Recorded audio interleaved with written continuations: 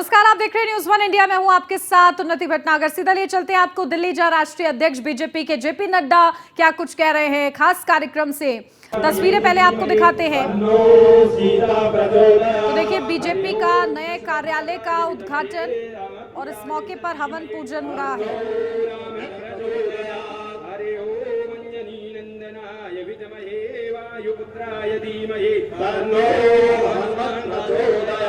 हरे ओम परब्रह्मणे च विद्महे गुरुदेवाय धीमहि तन्नो सद्गुरुः प्रचोदयात्। सेवन्ति कामकुलचाम्बकपादलाब्जे पुण्यागजातिकरवेलरसारपुष्पै बिल्वप्रवालतुलसी दलमाञ्जरी त्वं पूजयामि जगदीश्वर मे प्रसीद। तो देखिए, बीजेपी प्रदेश मुख्यालय का शिलान्यास हो रहा है और इस मौके पर राष्ट्रीय अध्यक्ष जेपी नड्डा पूरे विधि विधान के साथ उसका हवन पूजन में शामिल हुए हैं। सीधी तस्वीरें आपको दिल्ली से दिखा रहे हैं। राष्ट्रीय अध्यक्ष जेपी नड्डा की भूमि पूजन करते हुए बीजेपी के प्रदेश मुख्यालय का शिलान्यास कार्यक्रम है और इस मौके पर जेपी नड्डा मौजूद हैं। दीनदयाल उपाध्याय मार्ग पर प्रदेश बीजेपी का ये नया मुख्यालय। तो राष्ट्रीय अध्यक्ष जेपी नड्डा भूमि पूजन कर रहे हैं। पूरे वैदिक मंत्रोच्चारण के साथ ये हवन पूजन हो रहा है। सीधी तस्वीरें आपको दिखा रहे हैं दिल्ली से।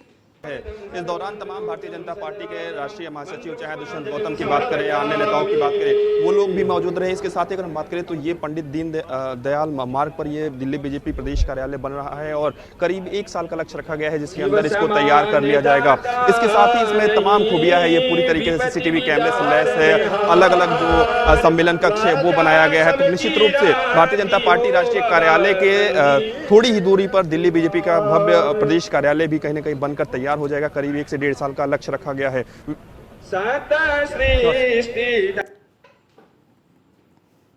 तो देखिए, दीनदयाल उपाध्याय मार्ग पर प्रदेश बीजेपी का कार्यालय का शिलान्यास राष्ट्रीय अध्यक्ष जेपी नड्डा भूमि पूजन कर रहे हैं इस मौके पर और पूरे वैदिक मंत्रोच्चारण के साथ ये भूमि पूजन हो रहा है, हवन पूजन हो रहा है। विशेष तैयारियां इसकी पहले से ही थी और देखिए, राष्ट्रीय अध्यक्ष जेपी नड्डा इसका शिलान्यास कर रहे हैं। अपडेट ले लेते हैं, हमारे संवाददाता पीयूष तिवारी मौजूद हैं वहीं पर, उनसे अपडेट लेते हैं। पीयूष, क्या कुछ हो रहा है इस वक्त? देखिए, जेपी नड्डा की हम लोग तस्वीरें दिखा रहे थे अपने दर्शकों को, पूरे वैदिक मंत्रोच्चारण के साथ हवन पूजन, और इस वक्त की भी तस्वीरें सामने हैं। क्या कुछ अपडेट है?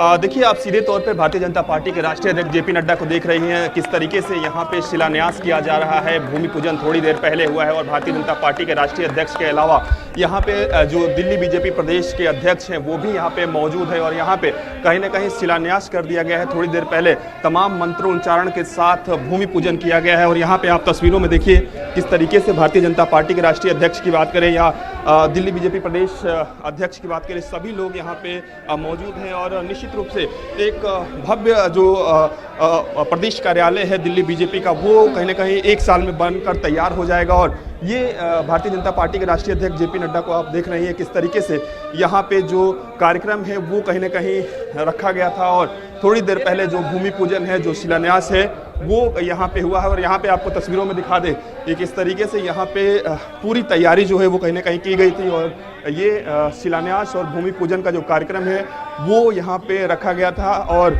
यहाँ पे आप अध्यक्ष की बात करेंगे तो वीरेंद्र सचदेवा का नाम लिखा गया है, विशिष्ट अतिथि का नाम यहाँ पे लिखा गया है। और अगर इस पूरे कार्यालय की बात करें तो ये पूरा कार्यालय करीब 5 मंजिला बनकर तैयार होगा और इस पूरे कार्यालय में अलग अलग जो फ्लोर्स हैं वो वहाँ पे जाने के लिए अलग अलग जो लिफ्ट की व्यवस्था है वो की जाएगी। और इसके साथ ही सम्मेलन कक्ष होंगे, प्रदेश अध्यक्ष के लिए अलग कार्यालय होगा, प्रदेश उपाध्यक्ष के लिए अलग कार्यालय होगा, महामंत्रियों के लिए अलग कार्यालय होगा। तो निश्चित रूप से भव्य एक प्रदेश कार्यालय कहीं ना कहीं बनकर तैयार हो जाएगा। करीब 1 से 1.5 साल का लक्ष्य रखा गया और यहीं पे भूमि पूजन भारतीय जनता पार्टी के राष्ट्रीय अध्यक्ष जेपी नड्डा ने किया है और आपको तस्वीरों में दिखा दें कि किस तरीके से यहाँ पे तमाम भारतीय जनता पार्टी के जो कार्यकर्ता है वो मौजूद है। यहाँ पे तमाम अभी भी जो पूजा अर्चना है वो कहीं ना कहीं की जा रही है। तो जो पंडित हैं तमाम जो अलग अलग जगहों से बुलाए गए हैं वो यहाँ पे मौजूद हैं, अभी भी मंत्रोच्चारण हो रहा है। इसके अलावा हम आपको बाहर की तस्वीरें दिखाएं कि किस तरीके से यहाँ पे लोग जुटे हुए हैं, चूंकि कार्यक्रम थोड़ी देर पहले ही संपन्न हुआ है। और यहाँ पे आप तस्वीरों में देखेंगे किस तरीके से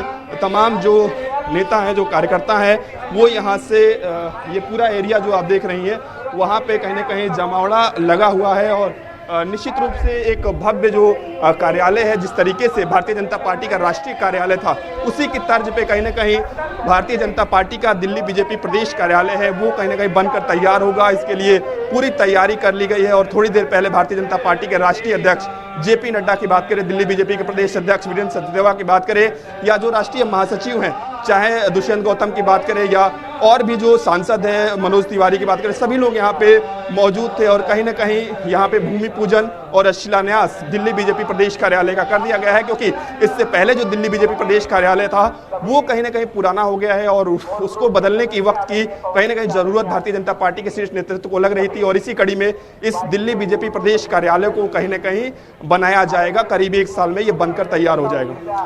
बिल्कुल, तो देखिए 5 मंजिला ये ऑफिस बनकर तैयार होगा कार्यालय, और 1 साल का समय बताया जा रहा है। ठीक है, बहुत शुक्रिया पीयूष आपका तमाम जानकारी के लिए।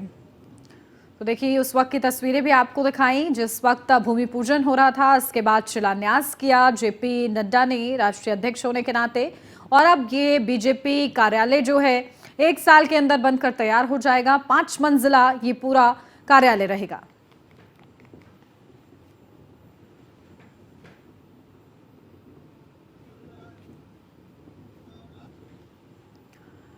तो बीजेपी प्रदेश मुख्यालय का शिलान्यास हो चुका है, जहां राष्ट्रीय अध्यक्ष जेपी नड्डा ने पहले पूरे वैदिक मंत्रोच्चारण के साथ भूमि पूजन किया। उस वक्त की ये तस्वीरें भी हम आपको दिखा रहे हैं, और वैदिक मंत्रोच्चारण के बाद शिलान्यास किया। तो बड़ा लक्ष्य रखा गया है कि 1 साल के अंदर ये नया मुख्यालय बनकर तैयार हो जाएगा बीजेपी का। जो पुराना मुख्यालय था वक्त के हिसाब से अब जरूरत थी कि इसे बदला जाए, और इसी के लिए शीर्ष नेतृत्व ने ये बड़ा फैसला लिया।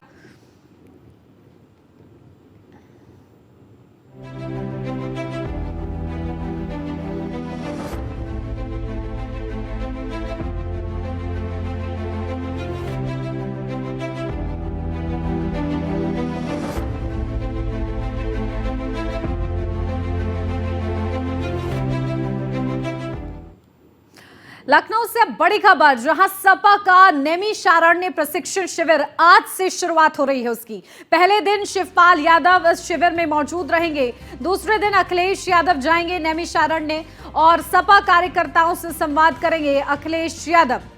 तो आज से इसकी शुरुआत हो रही है। तो चुनावी आगाज जो है समाजवादी पार्टी नैमिषारण्य से करने जा रही है। प्रशिक्षण शिविर आज से उसकी शुरुआत होगी।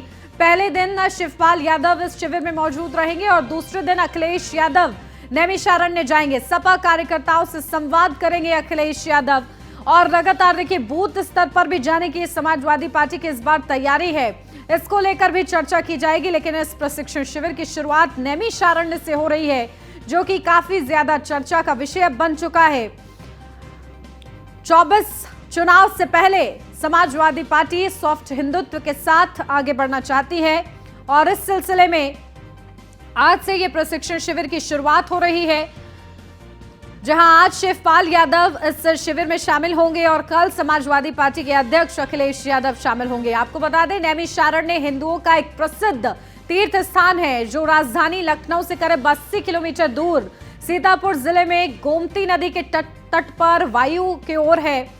तो नैमिषारण्य सीतापुर स्टेशन से करीब 1 मील की दूरी पर चक्रतीर्थ है। यहाँ चक्रतीर्थ, व्यास गद्दी, मनु सतरूपा तपोभूमि और हनुमानगढ़ी प्रमुख दर्शनीय स्थल भी है। यहाँ एक सरोवर भी है, जिसका मध्य का भाग गोलाकार के रूप में बना हुआ है और उससे हमेशा निरंतर जल निकलता रहता है।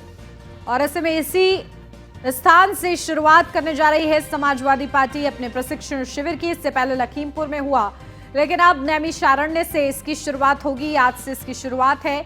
आज शिवपाल यादव मौजूद रहेंगे और महत्वपूर्ण गुरु मंत्र उनकी तरफ से दिया जाएगा, जीत का मंत्र दिया जाएगा और कल समाजवादी पार्टी के अध्यक्ष अखिलेश यादव भी इसमें शामिल होंगे।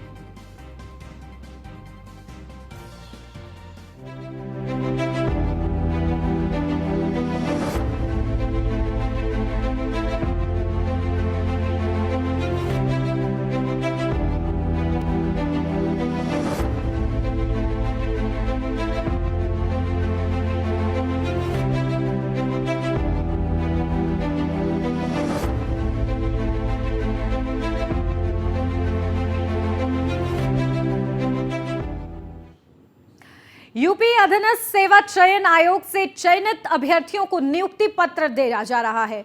7,182 एएनएम स्वास्थ्य कर्मियों को मिलेगा नियुक्ति पत्र। सीएम योगी आदित्यनाथ वितरित करेंगे ये नियुक्ति पत्र। डिप्टी सीएम ब्रजेश पाठक साथ मौजूद रहेंगे। स्वास्थ्य राज्य मंत्री मयंकेश्वर शरण सिंह भी मौजूद रहेंगे और इसी के साथ सुबह 11:30 बजे लोक भवन सभागार में ये पूरा कार्यक्रम होगा। मुख्यमंत्री अभ्युदय योजना से यूपीएससी में चयनित अभ्यर्थियों का सम्मान होगा।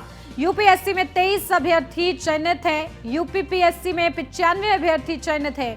आज 118 चयनित अभ्यर्थियों को सम्मानित करेंगे सीएम योगी आदित्यनाथ और सभी चयनित अभ्यर्थियों को सम्मानित करने के बाद ये विशेष कार्यक्रम में बड़ा संदेश भी सीएम योगी आदित्यनाथ की तरफ से दिया जाएगा। तो समाज कल्याण मंत्री असीम अरुण भी इस दौरान मौजूद रहेंगे और समाज कल्याण राज्य मंत्री संजीव कुमार भी मौजूद रहेंगे। शाम 4 बजे लोक भवन सभागार में ये पूरा कार्यक्रम होगा। तो लगातार यही कोशिश है कि जल्द से जल्द खाली पड़ी सीटों को भरा जाए और इसके लिए लगातार नियुक्ति पत्र वितरित कर रहे हैं खुद सीएम योगी आदित्यनाथ। आज भी सम्मानित करेंगे चयनित अभ्यर्थियों को और इस मौके पर क्या संदेश वो देते हैं, किस तरीके से भर्तियां की जा रही हैं, उसमें पारदर्शिता का पूरा ख्याल रखा जा रहा है। इन तमाम बातों का जिक्र सीएम योगी आदित्यनाथ करते हैं।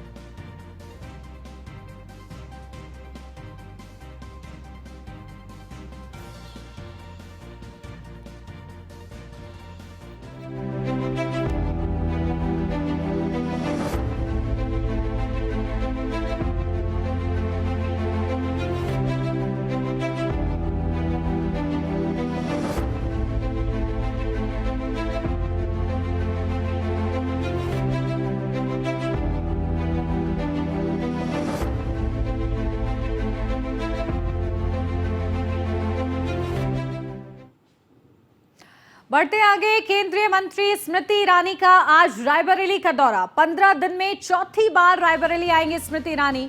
कई जनसंवाद कार्यक्रम में शिरकत करेंगी। तो केंद्रीय मंत्री स्मृति ईरानी का रायबरेली का खास दौरा, 15 दिन में चौथी बार आएंगी रायबरेली। कई जनसंवाद कार्यक्रम में शिरकत करेंगे स्मृति ईरानी। तो ये बड़ी अपडेट आपको बता दें, केंद्रीय मंत्री स्मृति ईरानी का आज रायबरेली का दौरा है। 15 दिन में चौथी बार रायबरेली आएंगे स्मृति ईरानी। कई जनसंवाद कार्यक्रम में भी शिरकत करेंगी। तो देखिए, लगातार चुनावी घमासान के बीच केंद्रीय मंत्री स्मृति ईरानी रायबरेली का दौरा करेंगी आज भी और 15 दिन में आपको बता दें चौथी बार वो रायबरेली जा रही हैं। और इस दौरान किस तरीके से भारतीय जनता पार्टी को ग्राउंड जीरो पर मजबूत करने का प्रयास जो है वो उसका जिम्मा कहीं ना कहीं केंद्रीय मंत्रियों ने भी उठा रखा है। और रायबरेली के इस दौरे के दौरान क्या कुछ खास रहता है, ये महत्वपूर्ण रहेगा। अपनी बेबाकी अंदाज के लिए वो जानी जाती हैं स्मृति ईरानी और ऐसे में रायबरेली के दौरे के दौरान किस तरीके से चुनावी एजेंडे को वो आगे बढ़ाती हैं देखना होगा। ठीक है, हमारे संवाददाता हमारे साथ जुड़ गए हैं रायबरेली से, असद खान। सीधा उन्हीं का रुख करते हैं। असद, क्या कुछ जानकारी? देखिए, 15 दिन में चौथी बार रायबरेली आ रही हैं स्मृति ईरानी। किस तरीके से चुनावी शोर के बीच वो अपनी बात रख रही हैं? क्या कुछ आज भी खास कार्यक्रम उनके रहेंगे? बिल्कुल, देखिए, लगातार ये चौथा दौरा है स्मृति ईरानी का और लगातार अगर कहा जाए तो जिस तरह से जो भारतीय जनता पार्टी ने 2024 को लेकर कमर कसी है और कहीं ना कहीं से जनता के बीच में जा रही है, अधिकारियों को सख्त निर्देश दे रही है, लोगों की जन समस्याओं को सुन रही है। और सबसे बड़ी बात यह है कि जनता, हुजूम जनता का जो है वो उनसे मिलने के लिए आतुर है और कहीं ना कहीं सिर्फ कार्रवाई के लिए जिस तरह से कार्रवाई कर रही है, तत्काल अधिकारी संकेत कर रही है कि किसी भी तरह की मामले पर ढिलाई न की जाए। जनता की सुनवाई में किसी भी तरह की लापरवाही हुई तो कार्रवाई होगी। बिल्कुल। और देखिए, उनके पहुंचने से कार्यकर्ताओं में कितना उत्साह रहता है। बिल्कुल, कार्यकर्ताओं में देखिए उत्साह तो है ही है, और कहीं ना कहीं से जिस तरह से अमेठी जीतने के बाद अब रायबरेली जो सोनिया गांधी का गढ़ कहा जाता है, अब भारतीय जनता पार्टी की नजर रायबरेली में जरूर है, क्योंकि रायबरेली के ये जो कांग्रेस का गढ़ कहा जाता है, इस गढ़ को भेदने का काम किस तरह से होगा ये 2024 का ये आने वाला समय तय करेगा। फिलहाल जिस तरह से स्मृति ईरानी का लगातार ये चौथा दौरा और महीने भर के अंदर ये चौथा दौरा, तो कहीं ना कहीं 2024 की तैयारियों को लेकर कमर कसती है। बिल्कुल ठीक है असद, नजर रखिएगा। बहुत शुक्रिया आपका। लखनऊ से बड़ी खबर, प्रमुख सचिव गृह डीजीपी और एसडीजी ने वीडियो कॉन्फ्रेंसिंग की है, जहां प्रदेश के पुलिस ऑफिसर के साथ वीडियो कॉन्फ्रेंसिंग के जरिए बातचीत हुई है। पुलिस अफसरों को मिले त्योहारों में सुरक्षा के निर्देश, कोर्ट परिसर की सुरक्षा समेत कई बिंदुओं पर निर्देश दिए गए हैं। तो कोर्ट में सुरक्षा उपकरणों की क्रियाशीलता चेक होगी, न्यायालय में प्रवेश करने वाले हर व्यक्ति की जांच होगी। जगन्नाथ यात्रा, ईद उल जुहा और श्रावण मास को लेकर निर्देश, तो ट्रैफिक डायवर्जन योजना बनाकर करने के निर्देश दिए गए हैं। तो कांवड़ यात्रा के मार्ग में वाहनों को प्रतिबंधित करने के निर्देश भी दिए गए हैं। तो अफसरों को सुरक्षा के निर्देश दिए गए हैं। त्योहारों के मद्देनजर कांवड़ यात्रा के मार्ग में वाहनों को प्रतिबंधित करने के निर्देश दिए गए हैं। प्रमुख सचिव गृह और डीजीपी और एसडीजी ने वीडियो कॉन्फ्रेंसिंग के जरिए बातचीत की है। अपडेट लेते हैं, हमारे संवाददाता एसके वाजपेयी हमारे साथ जुड़ गए हैं।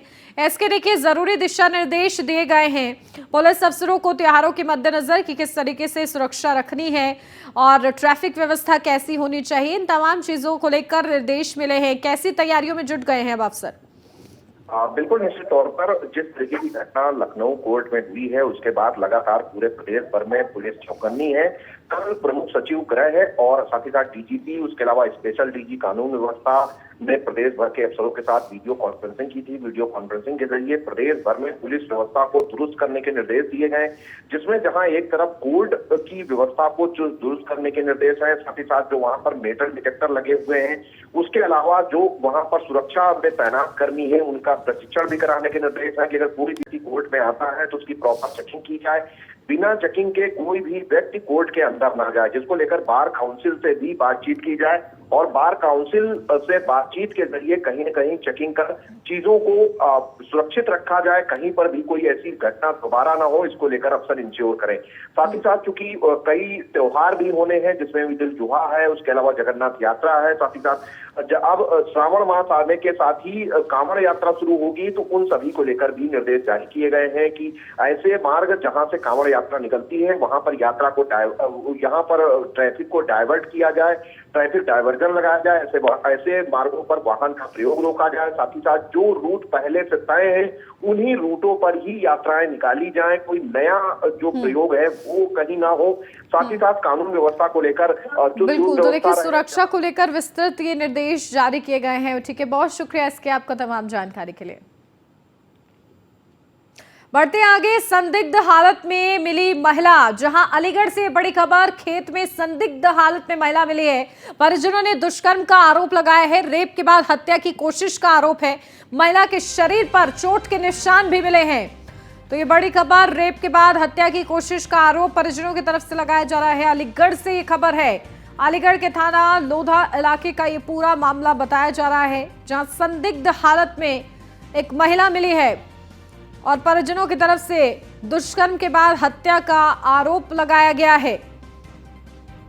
तो खेत में मिला है, संदिग्ध हालत में महिला मिली है। अलीगढ़ के थाना लोधा इलाके का पूरा मामला बताया जा रहा है। तो महिला के शरीर पर चोट के निशान भी मिले हैं। अपडेट लेते हैं, हमारे संवाददाता योगेंद्र सिंह हमारे साथ जुड़ गए अलीगढ़ से। योगेंद्र, क्या कुछ जानकारी मिल रही है? देखिए, खेत में संदिग्ध हालत में महिला मिली है और परिजनों की तरफ से जो आशंका जताई जा रही है कि दुष्कर्म के बाद हत्या का प्रयास भी किया गया है, इस संबंध में जांच कैसे आगे बढ़ रही है?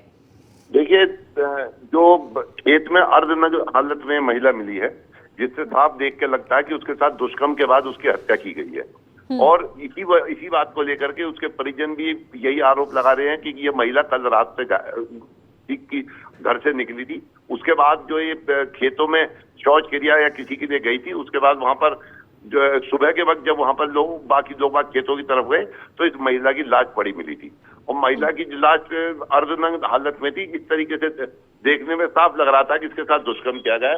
पुलिस अभी इस मामले की जांच कर रही है, जैसी दुष्कर्म का मामला दर्ज कर इस हत्याकांड की जांच करेगी। जी बिल्कुल। परिजनों की तरफ से किसी पर शक जताया गया है योगेंद्र?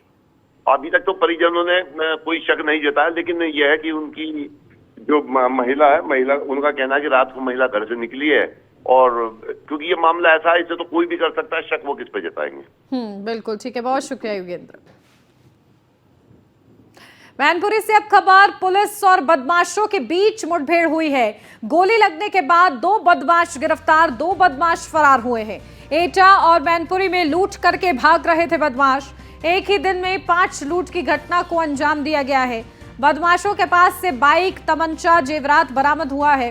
करहल, कुर्रा और बरनाहल पुलिस की संयुक्त कार्रवाई। कुर्रा थाना क्षेत्र के तखरऊ पुल के पास की ये पूरी घटना बताई जा रही है।